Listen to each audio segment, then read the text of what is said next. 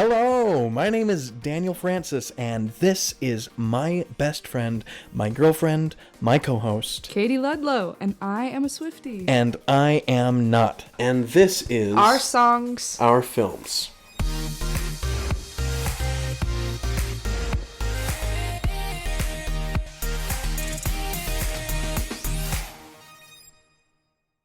Each week, we will watch and rate a different Taylor Swift music video. And try to objectively judge something that is inherently and deeply subjective. We'll be using a rubric we've created covering 13 different categories, plus some areas for potential bonus points at the end. We'll call those afterglow points. The areas we'll be looking at will be split between the song and the film. And among the song categories are, 1, complexity of songwriting. Now, this is going to look at the use of chords and melody to elevate the song from a common tune to like a piece of art.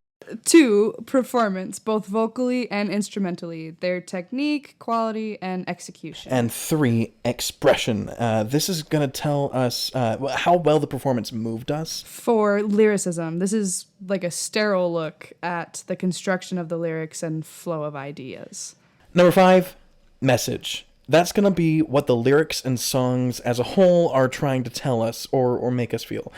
Is it important? Do we think so? Or is it relatable?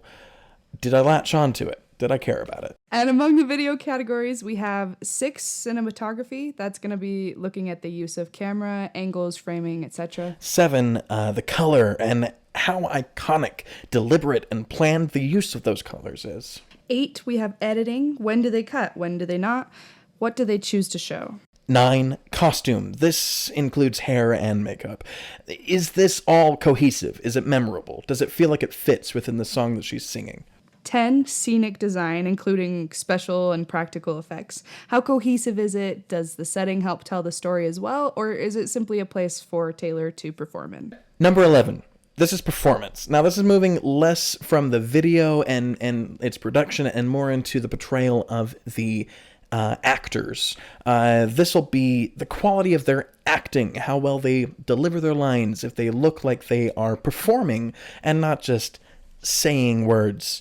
12, direction. This is going to look at the quality of the overall vision of the film. And number 13, this is our personal perception. This one's a little loosey-goosey. We will be watching these videos, and then immediately, before we do any of our nitpicking of our going through the rubric and deciding all of our different numbers, this is our gut reaction of what we would give as a final score. It could be completely different from what we end up giving as like our averages throughout the rest of the process. This is there for like, oh, what did we think the first time we saw it? And obviously, Katie, this is not your first time watching many of these videos. I have seen all of them. No, I haven't. Oh, most really? of them. Most of them. Each of these categories will be worth 10 points, making a perfect score 130 points. But keep in mind that our videos have the potential to earn an extra 13 afterglow points at the end of the episode. For our first episode, I will be walking us through Taylor's most recent video, Lavender Haze.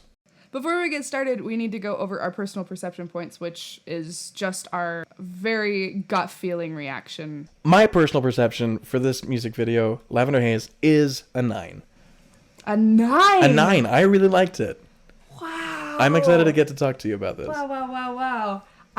So I definitely thought that every single time I would have a very high one, and then you would be like, oh, it is not that high. Oh, it is really? way lower than that. Oh. Because I'm a Swiftie and you're not. Yeah. But here we are, and my personal perception was a 6. No way. Seriously? Yeah, a 6. A 6? A 6. Because I wanted to love this one, but when I because it's a brand new one, I remember it exactly how I felt when I watched it for the very first time, and it ended and I went, aw. Strange. And so then I watched it again and I still just felt like I left something to be desired. And since then, like, rewatching it, I've liked it a little bit more and a little bit more, but that very first gut reaction, I was disappointed. I'll say there is a moment at the very end that left me wanting. But the rest of the video I thought was really fun. It was fun. I felt like it was really well done, but it wasn't what I wanted for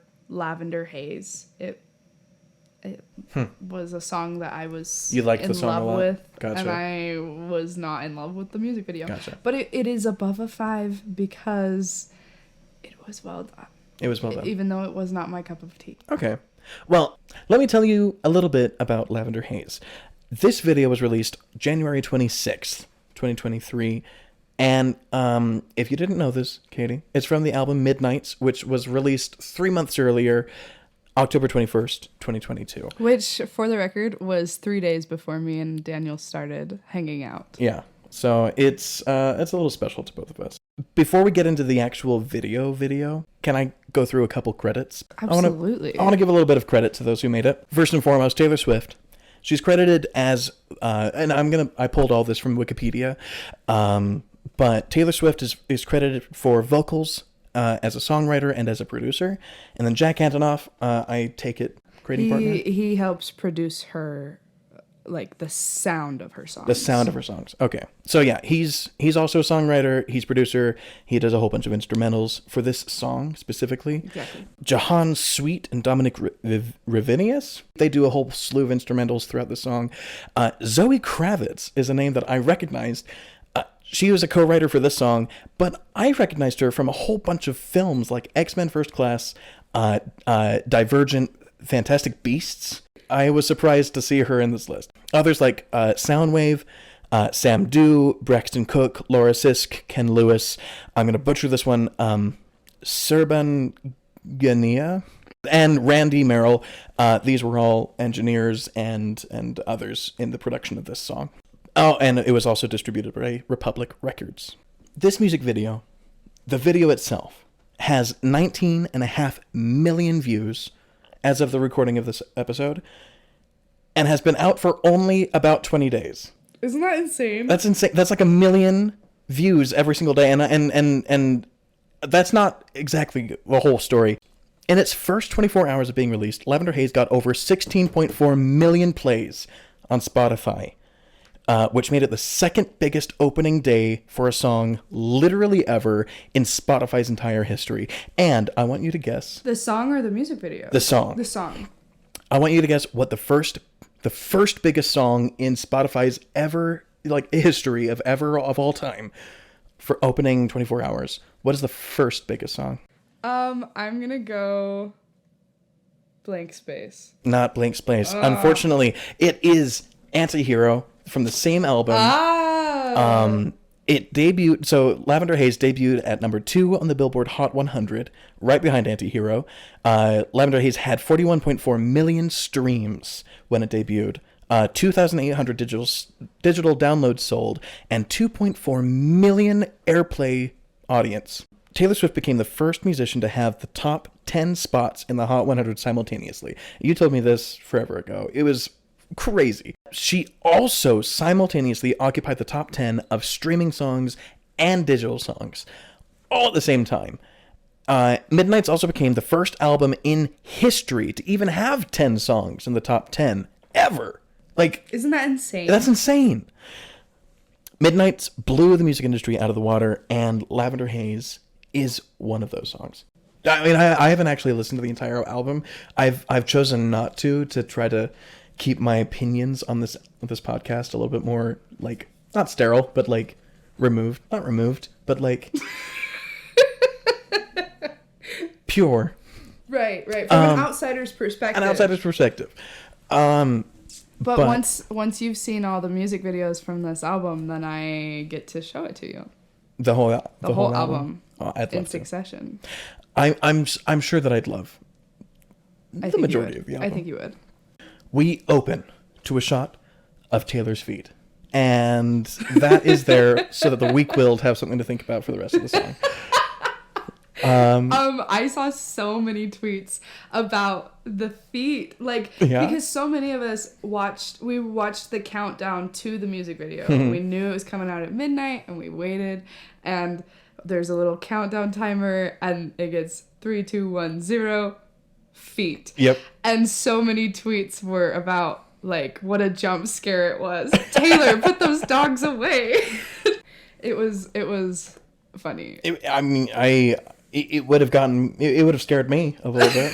Jump scare. Jump scare, yeah. But I will say, this may sound weird, but she has nice feet. She has very nice feet. They are well sculpted. They are well sculpted. And she takes good care of them. She takes good care of them. It's her job to. Yeah. And I'm sure that there's a million photos of her on what is it, Footopedia? Feet Finder. Feet Finder. Yeah. Feet Finder. I haven't heard that one before. Oh man. Oh wait, no, that's a different one. Oh no. Anywho, the next shot is off to an analog clock, which switches to midnight, in sync to Taylor's Midnight lyric, which I think is midnight. Midnight, and It was kind of fun. I think it's fun. I love it when that happens. Then we go back to Taylor working her way up her body. Now we're to upper thighs. I wrote, "Oh my," and then back to Taylor. And then cut to a shot of a collection of records, the foremost in the album, called Mastermind, and it has 2 constellations on it. I gotta ask, I've heard so many people call Taylor Swift a mastermind. Mm-hmm. Why? I mean, one, she released a song called Mastermind, so that's part of it. She's also an insane businesswoman. Oh, yeah? Insane. Every bad thing that's happened to her, she has taken and created a brand out of it. Empire, a brand out of it. Her Easter eggs alone, genius. Okay. Mastermind. But I think that title became bigger when she released that song, Mastermind. Oh, okay. So were they calling her Mastermind beforehand? Or? I'm sure people did. I don't know that it was like the term. Like, did she call it Mastermind because her fans were calling her Mastermind? No, Mastermind is about how she masterminded her way into a relationship. Oh! Wait, is there a music video for this? No. Okay, all right. Then you can tell me more about it. No, yeah. But anywho, on that album, Mastermind, there are 2 constellations, and I did look it up. So did everyone else on the internet. They are Pisces and Sagittarius. Sagittarius and Pisces, and they're a reference to her and her current boyfriend, Joe Alwyn. Mm-hmm. Their zodiac signs. Which one is Taylor's Taylor? a Sagittarius. Sagittarius, and Joe, I then deduce, is a Pisces. Yeah, good job. There we go. Hey, I'm smart. Back to Taylor. Now we finally have a shot of her face, beautifully asleep, and cut to a close-up of record, playing Midnights. I looked it up, zoomed it in. It is a record with the sticker of Midnights, and the sticker shows like a clock. It's the actual vinyl. Oh, is it? It's the actual vinyl of Midnights. Yeah, but the rest of the sticker, it looks like a clock. Then, cut back to Taylor. She opens her eyes, looks at the camera, sings to us for a little bit, and we cut over to an incense. A stick of incense is burning and drops a load of ash on the table. I would like to comment on this. Yes. You don't know this because you don't listen to Taylor. No. But in Maroon? Maroon 5? Maroon. No, the second song on Midnights. Okay. It's a song called Maroon, which, by the way, the sheets are maroon, so that's kind of fun. It's a song about sex. So, anyway, one of the first lyrics in Maroon talks about cleaning incense off of his vinyl shelf because they lost track of time. So the shot is of the incense on the record. There we go. Shelf. I like that. That's actually really cool. Yeah. Okay. That might key into a one of our afterglow points later. I wanted to know that there was a good amount of sound effects for this. A good amount. They weren't overwhelming. They were there. Yeah, I wrote this down. In real life, a stick of incense would make nearly no sound. It's true. But you could hear it burning. You could hear it hitting the table. It was a nice. It made me feel a little bit more immersed. It didn't take me out at all, but it was like, oh, I'm in this scene.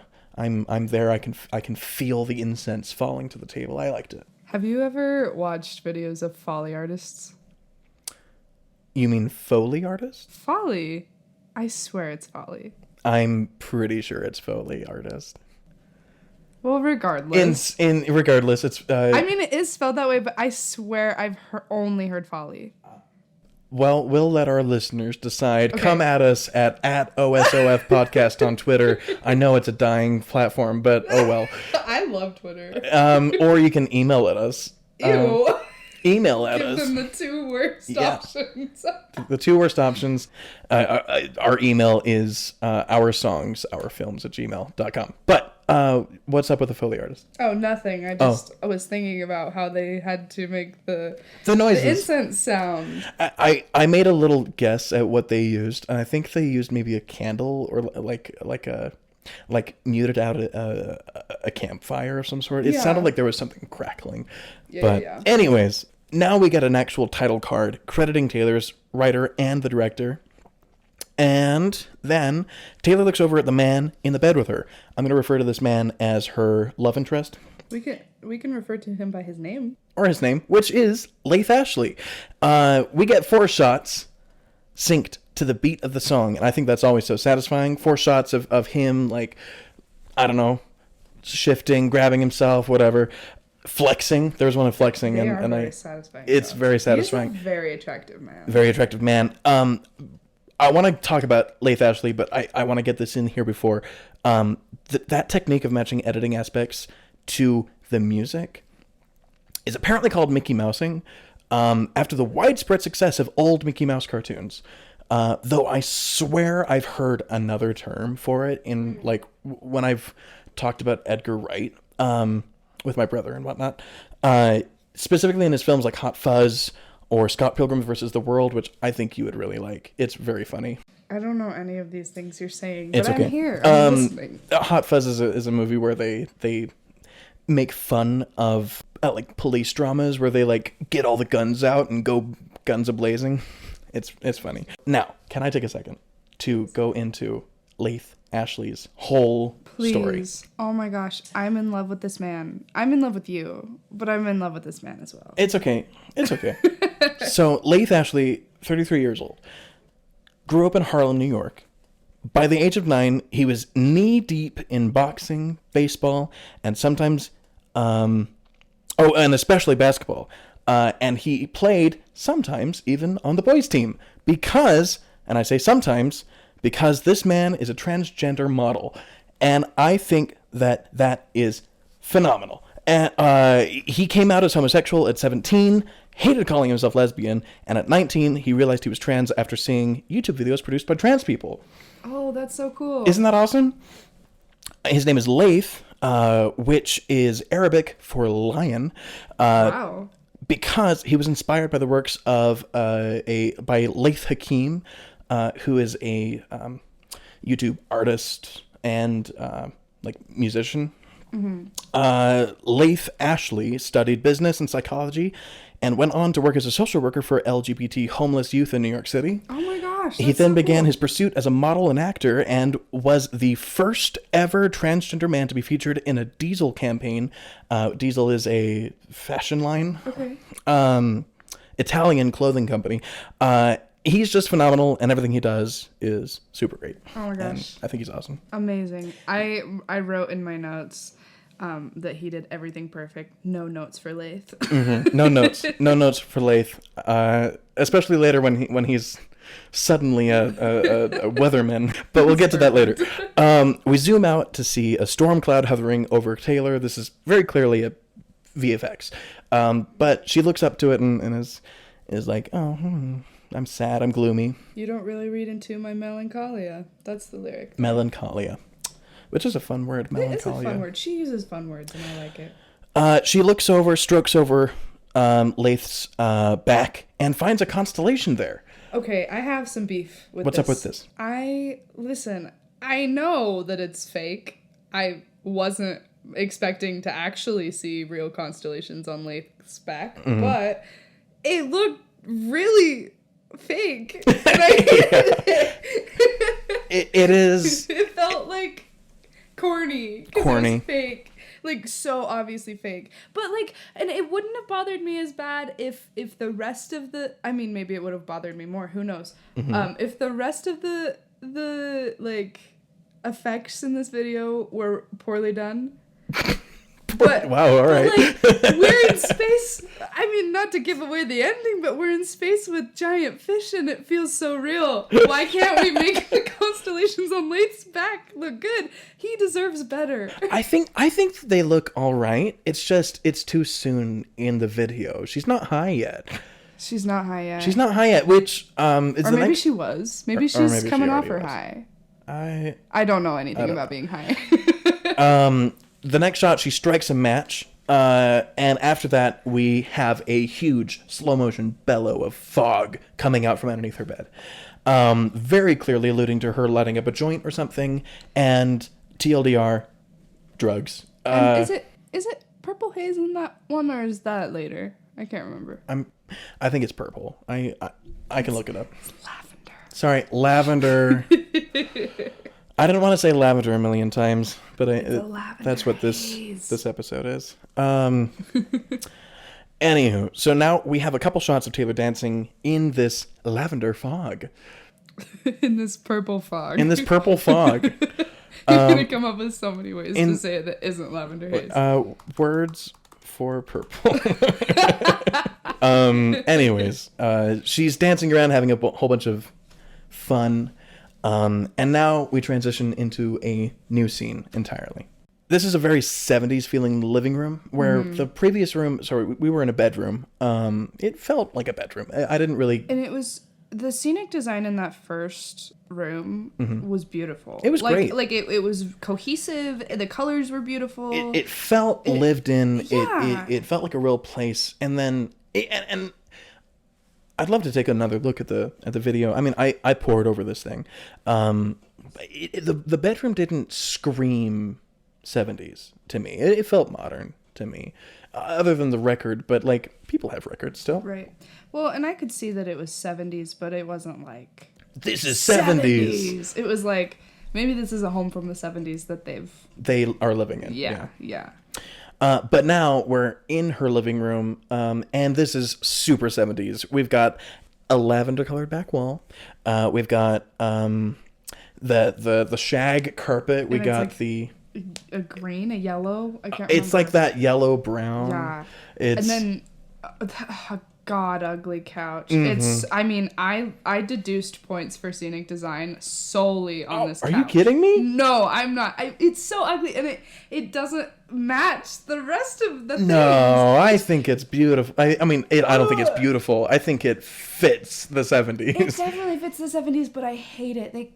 At least find a color that matches a little bit better. They had like that yellow shag, and then like that's fair. That's fair. Yellow green couch that was not the same shade. They also had two different lamps that did not match each other, which is okay. I'm more okay with that. But the colors really bothered me. The colors of that ugly couch, so bad. Anyway. Now Taylor is wearing some bluish purple coat, also very shag. It's kind of fabulous. It's kind of fabulous. I think it's fun. But and she's like in a nightgown too. Yeah, she's wearing like a nightgown of some sort. And she also has really heavy makeup here. It's pretty clear that they tried to make her look like she was high, in my opinion. I could see it, like sunken eyes or something like that. Sunken eyes and like, I mean, she's acting like she's high too. I don't know. Oh wait, is that a hookah? What? I think that's a hookah right next to her. You're kidding. What did you look up to find this? Timestamp 1 minute 16 seconds. Oh, you're on YouTube. I'm on YouTube. Okay. That might just be like a straight up hookah. I'm not sure. Oh, that's definitely a hookah. Okay, now that I'm looking at the couch again, on the shot where it's coming down on her and you can only see the couch and her and like the nightstand, it doesn't bother me. But it's the couch against the carpet. Oh, really? It's so bad. Anyways, she is definitely like jiving, living in this moment at midnight, and she turns on the TV. I have to interject for just a second. There's one part in this scene where she does her classic side eye, classic like Taylor Swift move, where she goes. For anyone listening at home, Katie just slyly looked left and right, so that's like what she right does. after she another. Like leans left and looks left, and then leans right and looks right with just her eyes. Oh yeah, and it's classic Taylor Swift. But it felt weird here, and I don't know if it's because I'm so used to seeing her on stage when she does that, or if it's because of her makeup or what. But I felt like it looked weird, and I was not a huge fan For of it. anyone wondering, I found it. I think what you're talking about is at 1 minute 15 seconds. Yeah, 1 minute 14 is exactly what she's doing. And I feel like she's doing it a little bit over dramatized because dramatized? Sure, that's a word. I like it. Because she's high here. Yeah. Obviously. And so maybe that's why it looks weird because she's not in a normal state of mind. No. But anyway. Anywho, so she turns on the TV, and we find that the love interest, Laith, is now on the news. He's a weatherman. She blows out a lilac-colored smoke ring.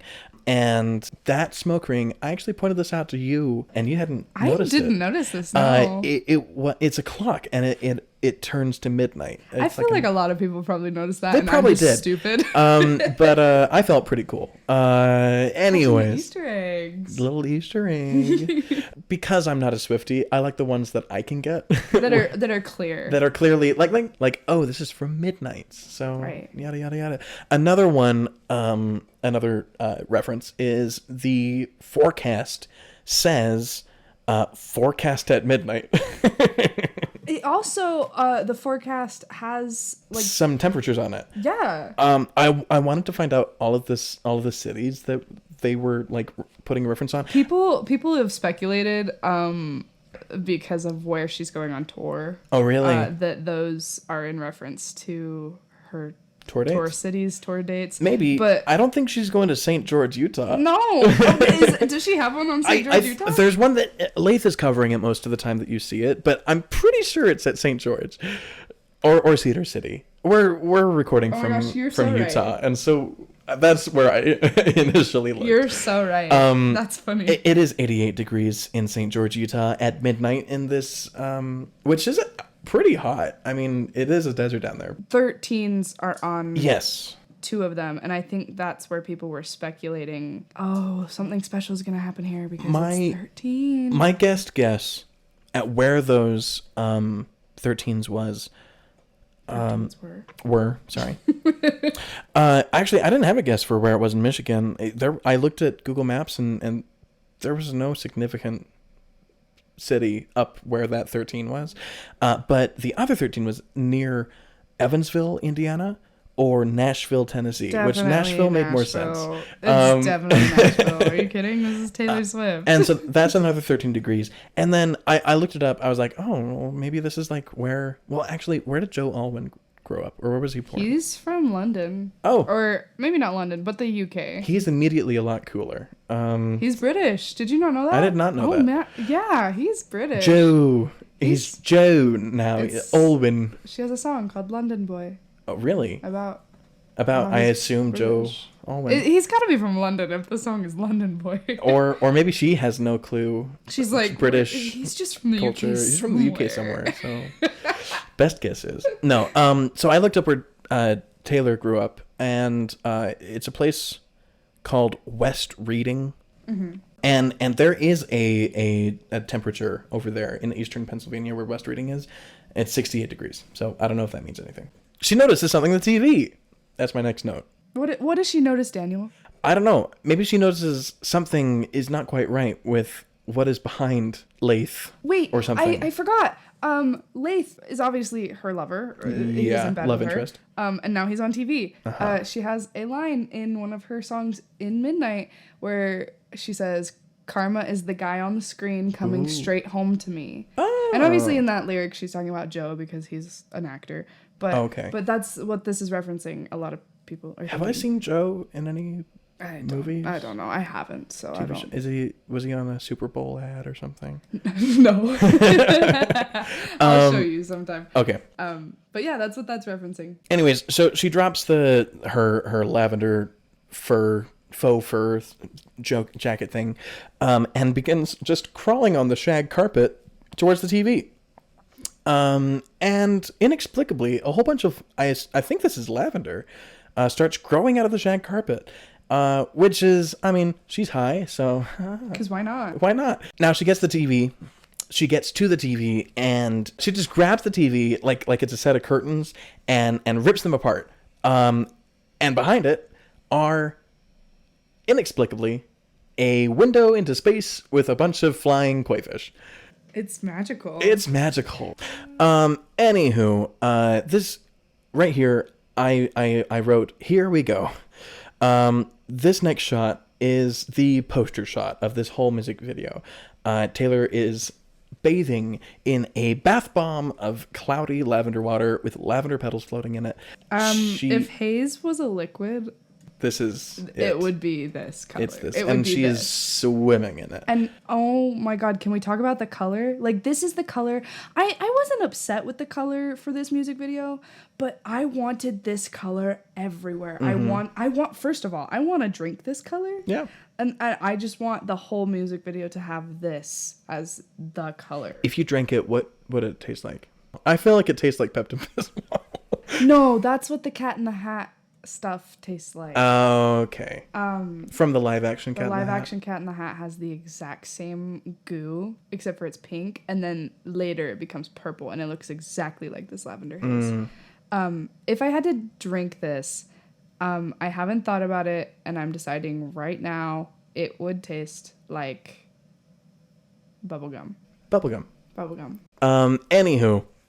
Yeah, no, this color is amazing. And there's the way that they lit this, there are so many shadows within the liquid, and then Taylor herself is casting a shadow onto it, and it's bringing so many different shades and hues of this lavender. It's amazing. Gorgeous. I'm like obsessed with this section. I cannot understate how sexy this section is. For real. I literally, when I was watching it for the first time, I went, because I couldn't believe it.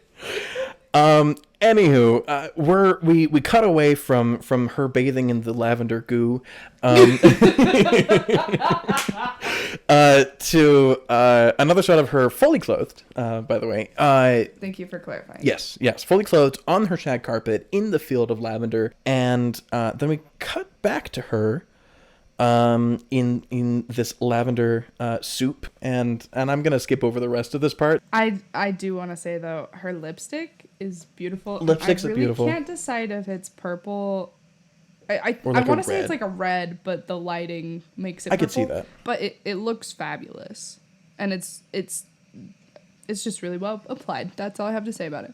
All right, so our next scene, after all that soupy nonsense, is a shot of her. I think she's in her living room still, but now she has a whole bunch of friends or people, or I don't know. I hope they're friends and not just strangers. I don't know. I could see a bit of a poeticness in this, and I'll get to that later. She's being held by her lover, Laith.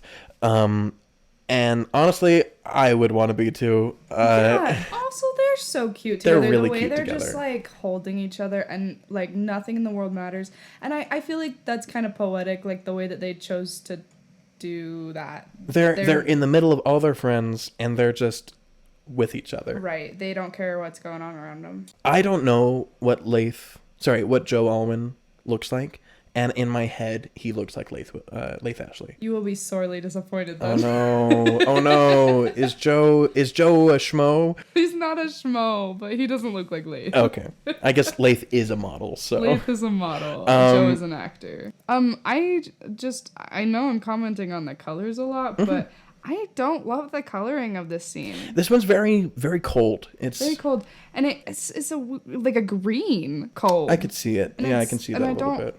I mean, later there are a lot of green colors in here. There's a couple shirts in there, and there's an actor or an actress whose hair is blonde, but it's lit, kind of green. Right. I hear that there was no music when they were recording this. Yeah. And Laith said that Taylor had an earpiece and no one knew what the song was. was. And so maybe they lit it green instead of tell. lavender so that the actors didn't guess. Like a poor move. It does feel like. Well, I also think why Like, to just keep why it a not- secret. I also think why not tell your actors what the song is? I don't And of know. course we don't know who did know, right? Mm-hmm. We just know who didn't, and that was the actors, Right. specifically Laith. Specifically, Maybe Laith. Laith is Maybe everyone in the room knew except Except for for Laith. It's like a surprise party, and they're like, don't tell Laith. And everyone had an ear. Or everyone did. I want to comment on the people in the background, Mm-hmm. specifically the people directly behind Laith and Taylor. In this first opening shot. Yeah, I am not a huge fan of the direction of these characters. Yeah. I think it's a little bit later in the scene, but they're like all kind of whispering, talking about Laith and Taylor, which that doesn't bother me. Uh-huh. But later, they're like, it looks like almost mocking them, and they're like gesturing to them, and it feels upstaging. Like, it's like, look at me, I am whatever.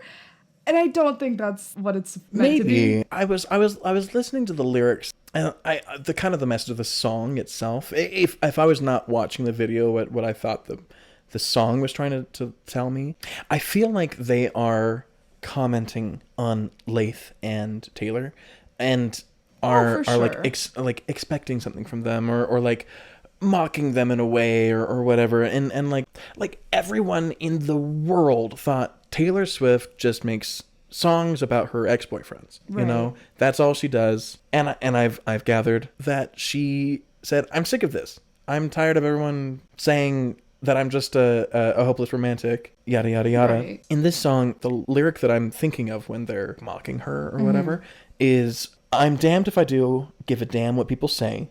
No deal, the 1950s shit they want from me. I just want to stay in that Lavender Haze, That 1950s, Like the the ideal of her being a wife. You know, there's that other one, Right, that other lyric right. of her. It's either All they keep asking me is if I'm gonna be your bride. if I'm gonna be your bride or a one night or a wife. wife. Like, are you gonna marry Joe, or Right. are you gonna? Because she's only there for the men. She's only there for the men, or she's only dating Joe so that she can break up with him and Right. get more songs out of him or Right, something. right. I don't know. And so it's all of her friends, all of her fans commenting on her, or just constantly like, ooh, what's she gonna do next? I don't know. That's fair. I commented on this saying, this is super 70s. Everyone's wearing, the colors, and Taylor's wearing, what is that, brown corduroy for pants. Yeah, it's clear as I'm rewatching this that everyone in the room is talking about them, not just the three in the back. And additionally, But- whenever there's the cameras or whatnot, everyone's eyes are focused in the direction of the camera, so everyone's looking at Laith. Everyone's looking at Taylor. All of her friends are just taking pictures of her, and then Taylor turns towards us and says, what's the lyric here? Get it off my Chest. desk. Get it off my. Get it off your chest. Get it off my desk. I wonder if it's commenting on Taylor is very good at keeping her personal life personal when she's interviewed. When people will ask her about like her love life or whatever, she will stop them and say, I'd rather talk about my music. Yeah. And so I wonder if that's kind of what she's getting at, is like, talk your talk, whatever, talk about me, talk about my relationships. I'm going to have this with my man, but don't bring it to me in a professional setting because I'm here to talk Get it off my desk. You know what I mean? Yeah. I wonder if that's kind of... I'm here to advertise my album, my song, Right. my tour. Anyways, but she gets like hugely like excited and whatnot during this lyric, and that's when the Lavender Haze comes out, and everyone starts dancing in it. This party is no longer just we're eating, we're talking. Everyone's just like rubbing up against each other. It's a party. Laith and Taylor absolutely make my heart flutter here, especially when Laith does that little dip move where he's got Taylor straddling him and he like dips her down. I get such so much fun. butterflies. It's so cute. It's so cute. It's so cute. It feels sensual, sexual, and also like that's love. old. That's like swing dancing, you know. Right, That's some fun, old timey. And it's still the same idea of like everyone's here, but you're the only person I care about. You're the only one I'm focusing on. and I love it. They've done such a good job of giving that feeling of like, I just want to stay right here with you. I want to stay in this lavender haze, like the high of love. Now, we cut away from the party. Taylor's now alone in her living room. Haze is gone. She's still in her party outfit, though. And she looks so good in this outfit. She looks great. Oh my goodness, she looks so good in this fit. She looks great. It's a fun, like, knitted midriff sweater thing. It's fun. And high-waisted corduroy High-waisted pants. corduroys. And it really compliments her. She opens up the front curtains, and it's still space outside. It's still space. It's no longer just in the... Forecast calls for space. Forecast calls for space. Space fish. And yes, giant, even bigger koi fish are swimming outside of her window. They're like 2 times her size. They are huge. They're like sharks. But wait, the set's not even a house. It's a box that she pushes down. And the next thing I wrote is, the koi are everywhere. But yeah, now she's just floating in space, nebula everywhere. And I read this as that storm cloud that was over her at the beginning of the... That's interesting. Yeah, is now ever present in the room, or now in what is left of the room. Right. And it's this cloudy lavender bed. That is interesting. Of fog. Anywho, the last shot is Taylor singing at the camera. And this is one of... I mentioned it earlier. This is one of my only letdowns in the video. Really? Yes, this specific shot. Because... I think I have the same gripe. Yeah. Well, let's find out. It's the way that her mouth moves. Yeah. She doesn't look like she's saying it. She does not look like she's saying it. She doesn't look like she's even singing it. No. She looks like she's mumbling the words or her mouth is barely moving. I think it's an acting thing, but Okay. I don't know why it was picked. I can't figure out why that was the direction, why that was something that she chose to do and that everyone was okay with. I mean, she's Taylor Swift. She can do whatever she wants. Yeah, of course. She could kill someone and she'd Right, get away with it. Right. But she did. No Body, No Crime. Go listen to it. oh, okay. I will look that up and I'll It's get a back to song. you. Oh, No Body, No Crime. It's a song. Oh no. She kills someone. Is there a music video? No, I wish. Oh my gosh. But she has to actually kill someone.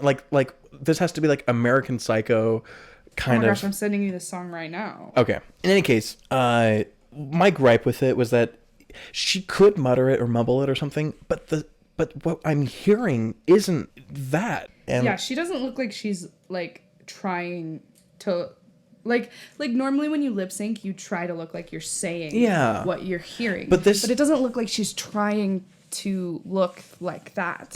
I think it was an artistic choice and I just can't figure out why it was made and I don't like it. In any case, one thing I do like about this is the lighting in it. It does match, and I wrote this down. The camera pans out, and we find that she is sitting in that lavender cloud that was in her room. She turns away and lays down on the cloud, pulling the cloud over her like a blanket, ending where she began, asleep. Except now she's super duper high. And this is my quick note on the lighting in the shot and how it's consistent in the visual effects. It's a little thing that really sells the rest of the shot. We've got like a blue light off to the left and a red light off to the right. And as it zooms out, all of the fish and all of the cloud has that same lighting on it. That's true. They did a really good job making it look like she actually was there. I mean, with that lighting. I mean, like obviously she's not. But like, as much as you can look like you're flying on a cloud in space with koi fish that are twice your size. And the last thing in this music video that we see is a copyright with her name on it for 2023. So, what do you think? Still at number 6? I don't like it that much. I like aspects of it. If the whole music video was her in that purple lake, it would be a 10. It would be a 10. A 10 in that lake? In that purple lake. But because it is not, I said, give the people what they want. Oh, I don't know if we could have handled it. Are you moving your personal perception up to? I am not. No, I am leaving still it at at a 6. 6. All right, I'm at a 9. Let's go down our list. Okay. All right, the complexity of the songwriting. I gave it a 10. You give it a 10? I felt like the use of offbeats in this is so well done. The percussion alone is a work of art. The harmonies of the backup vocals are beautiful, and I love it. Yeah. 10. I give it a 9. And not for any like specific reason. I just felt like there were areas that it could have been better. It was phenomenal. It could have been better, you know. And maybe that's my perfectionist slipping in. But performance, I gave it a 10. I thought her vocal range, not like melodically, but like the things she did, like the slides and the whatever else. It was all well done. And then the background music was all it was well done. I gave it a 10. yeah, I felt like she had a pretty good control over her voice. And the instrumentals, I mean, it was all just top notch. I felt like it was very well produced, very, I mean, a lot of talent going on there, a lot of skill. Definitely. And I think it definitely deserves a 10. Expression. I give it a 9. I give it a 9. Just didn't think it was like perfect, but I said the breathiness, though not my favorite, fits the song very well. The slides and the vocals, as well as its contrasting staccatos, give the feeling of a lazy haze and that it's creeping up on you, which is obviously what we're looking for. I give it an 8, personally, because when she was, you know, high and in love and whatnot, I felt it, you know, I could see it. But in the beginning of the song where she's subdued or low, I don't know, I didn't really feel it. And maybe it's because I don't want to feel that. Now, what do you think about lyricism? It doesn't make me want to like preach the gospel of Lavender Haze. Yeah. But the poetry of like wanting to stay in that high while also commenting on some of her experiences that are not so fun. It's well done. Do you think the Lavender Haze is her boyfriend? Well, okay, so Lavender Haze, I'm just gonna read you this Taylor Swift like quote from an interview. From Taylor? Yeah, from Taylor. She happened upon the phrase Lavender Haze. She says, when I was watching Mad Men, and I looked it up because I thought it sounded cool. And it turns out it was a common phrase used in the 50s where they would just describe being in love. Like, if you were in a lavender haze, that meant you were in that all-encompassing love glow. And I thought that was really beautiful. And I guess theoretically, when you're in a lavender haze, you'll do anything to stay there and not let people bring you down off that cloud. So the whole song is commenting on, one, like, she wants to stay in that beautiful part of love that you're just high from, you know what I mean? And then also, I love the commentary on, like, the binary of the female experience. You're either there for sex purposes or to be a respectable businesswoman. You can't be both. I give it a 7 personally because you mentioned how Lavender Haze is a saying talking about being in love, and I never got that. I think you should go back and listen to it again. Maybe, because since learning that, it's a lot more. Felt it more. Like I like the double meaning of a lot of it. Okay, and then last message, I give it a 10. Really?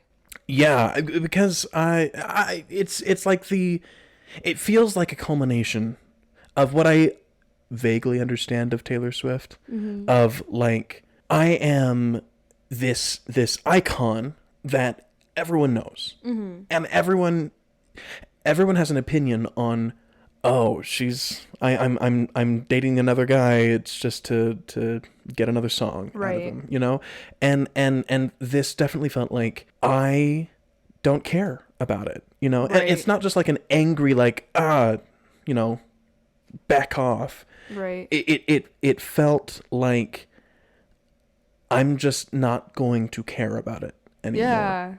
And then also that could be taken into the lives of those who are not, you know, millionaires and centers of attention and followed by paparazzi, of, I'm just going to live my life. I'm going to love who I love. Right. I'm going to live in that lavender haze. Right. What do you think?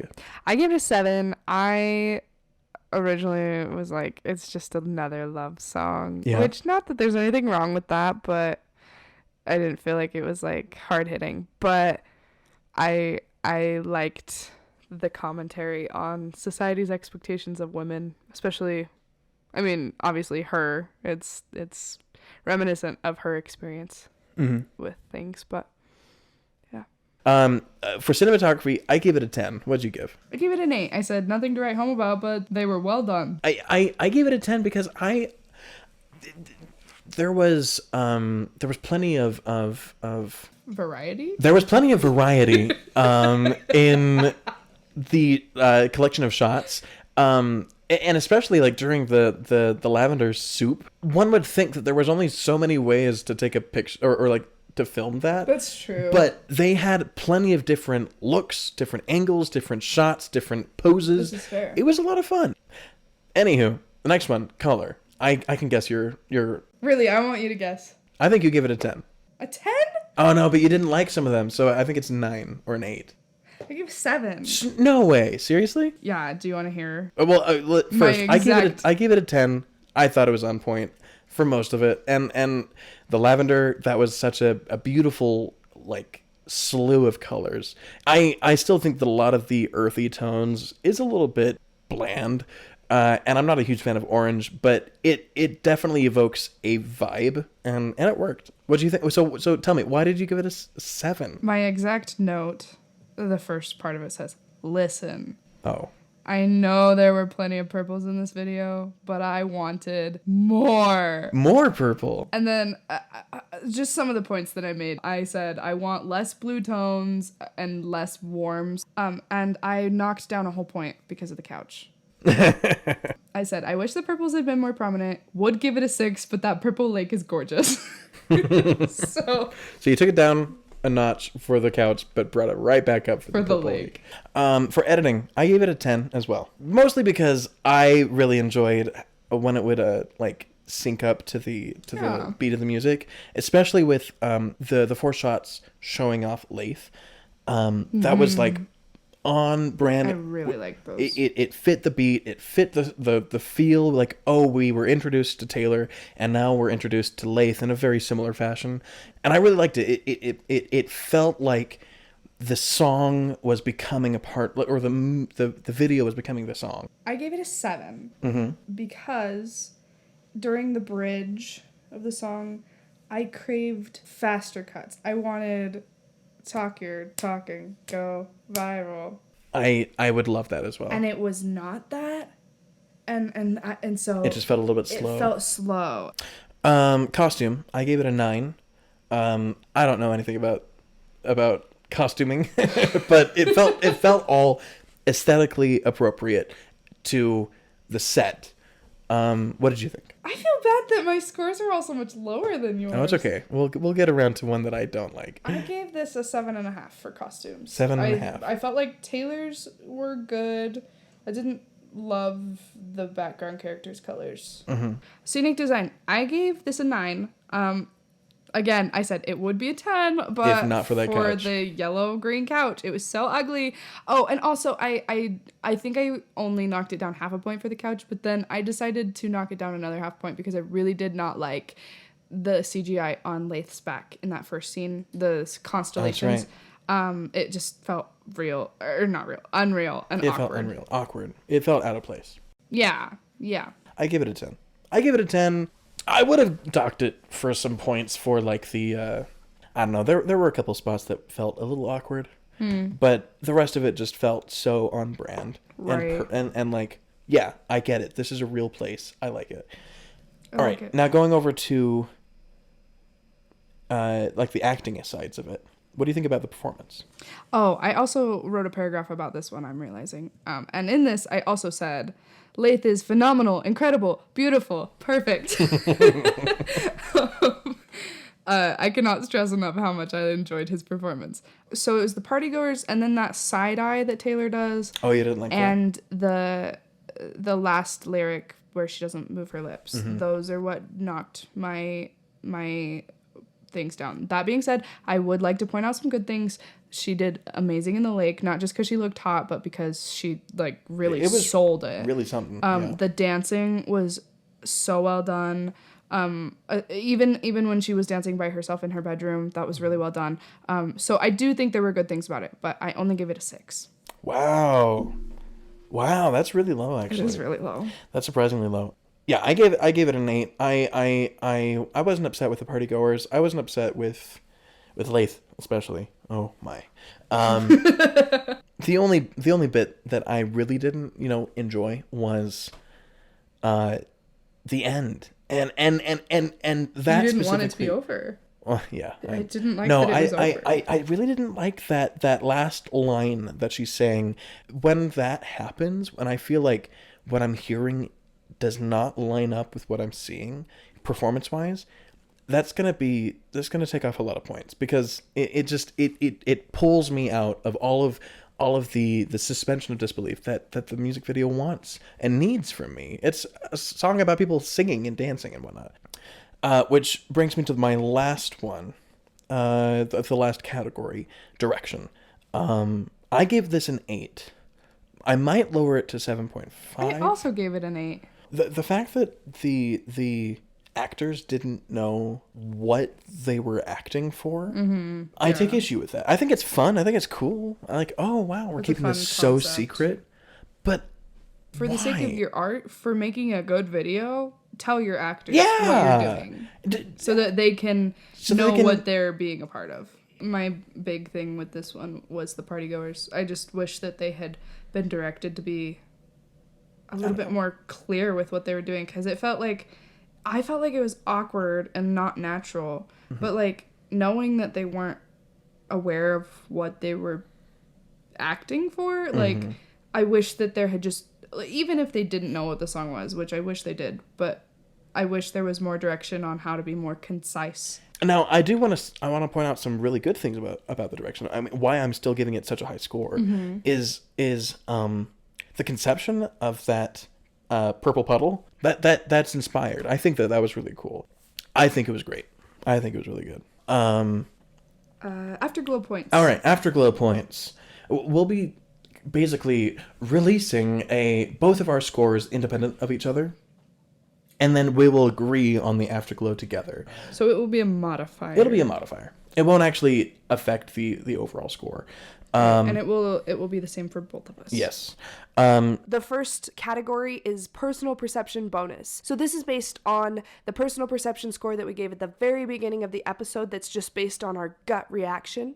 If that score is a 7 or above, then it automatically gets +1 point. And if it is a 3 or below, it automatically gets -1 point. So I gave it a 9, so that gave it a +1. And I Katie gave it a 6, so it does not get a point from me. 0.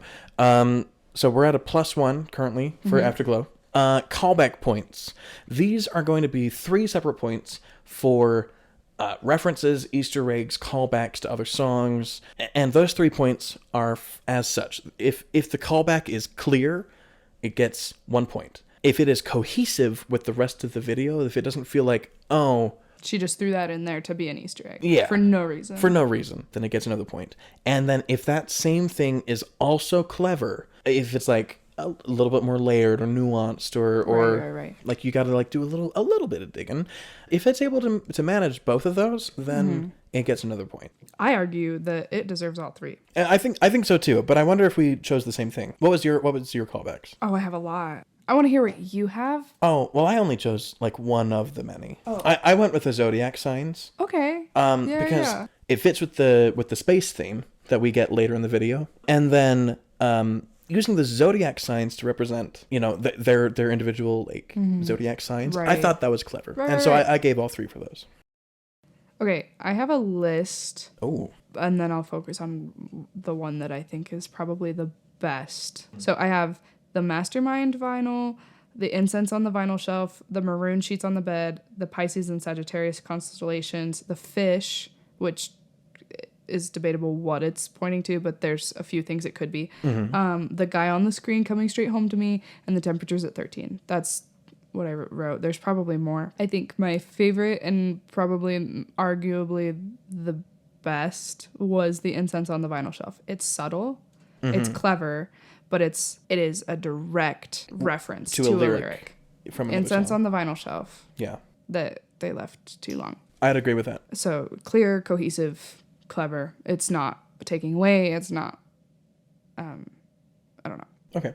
So 3 points total for the callbacks. Now, the next set is what we call play points. This is an opportunity for me and Daniel to bring forward a few things, or maybe just one thing that we feel passionately about, that we would like to award extra points for or take points away for. We can bring up to 3 points, positive or negative, forward, and we have to be able to defend why we are presenting these points.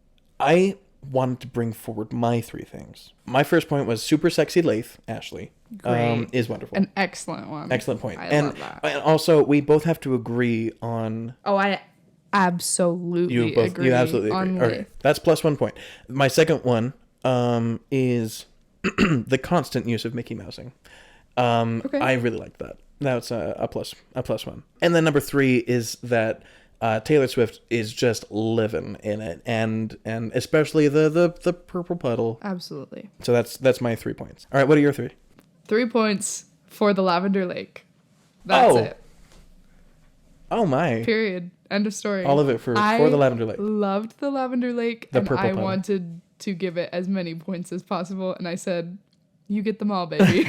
They are for you. You know what? I take it. I'll take it. All right, so that is 3 points from me, 3 points from Katie. We are sitting at 10 Afterglow points currently, with a possible total of 13. The last Afterglow category is the question: how well does the video benefit the song? And you can award up to 2 or as low as -2. And we come to this conclusion together. I think it gets a plus 1. You think? I think so. What do you think? I'm not upset about giving it 1 because I felt like it didn't take away, it didn't really add a ton for me. Mm-hmm. And so I just was like 0 points. I'll say But it was fun imagery. It was fun imagery, and it helped me think of things in ways that I didn't really think about before. That's a good point. Like the Lavender Haze, I maybe would have come to the conclusion that, oh, this is drugs. But like seeing her light it up and all that, it helped solidify a interpretation of it. Oh yeah. And I enjoyed that. Yeah. And then also the purple puddle, the Lavender Lake. Purple puddle. I never would have thought of that. Yeah. It would have always been smoky, airy. Oh yeah. Let's give it a point. I think it gets a point. Okay, so that puts me at 103 out of 130 with an additional 11 Afterglow points as a modifier, and Daniel is sitting at 118 out of 130 with that same 11 additional Afterglow points. Mm-hmm. And we'll put that up. What do you think? Should we put that up on our... We should tweet it. We should tweet it. Should we Does tweet that give it away? That gives it away. Oh man. Let us know where you think we should put these scores, because we'd love to share them with you guys. Tweet at us. But we don't want to put it in a place where if you haven't seen the episode, if you haven't seen it with your ears. Heard the episode. If you Seen it. That's the word. Seen it with your ears. Heard the episode. We don't want to give it away. Yeah. So let us know what you think we should do. Where should we put these points? Let us know. I don't know. We are OSOF podcast on all social medias. We want to end each episode with a couple suggestions of A song and a film. A song and a film. I might get a little loosey-goosey with it and do something I'm playing, but I don't know. I can go first. So my suggestion for a film, though that's a loose term, is Big Brother. I have been on a Big Brother kick recently, and I especially recommend the 2 seasons that are on Netflix right now, season 10 and season 14. Season 10, I literally was losing my marbles, and then, oh my gosh, you guys, 14, it just ups that. But you have to see 10 before you see 14. Go watch them. You'll lose your mind. My song suggestion is Lover First Dance Remix. I have been really feeling that one lately. I don't know what it is. It's hitting home for me. Oh, yeah. It's striking a chord. My song that I would suggest this week is there is this artist that I've been listening to recently. Her name is Ash. She's the one that sings Moral of the Story. With Niall Horan. Mm-hmm. It's Ash, spelled Ashhe. E, which is also the name of her second album. The one that I've been listening to is Ray, her third album, coincidentally, her middle name, but it's great. It's a massive leap in quality from her first album. Oh, I agree. But it's I've been enjoying it. And then for my film, because Zoe Kravitz was mentioned in this episode, I would suggest go watching The Batman. I really liked that movie. Some people might say it's too slow. I think it's perfect because it really drives home the fact that Batman is a detective. Well, in any case, those are our songs and our films, and I'm glad that I was able to show you Lavender Haze. I'm always gonna feel weird when I do that. Next week, we're going to be looking at Out of the Woods, so go and give that a listen. And Katie here is going to be walking us through that one. Yes. I'm excited. I'm excited too. I have a lot to say about it. In any case, I'm going to close this episode with saying that I, again, am Daniel Francis. And I am Katie Ludlow, and this was Our Songs, Our Films.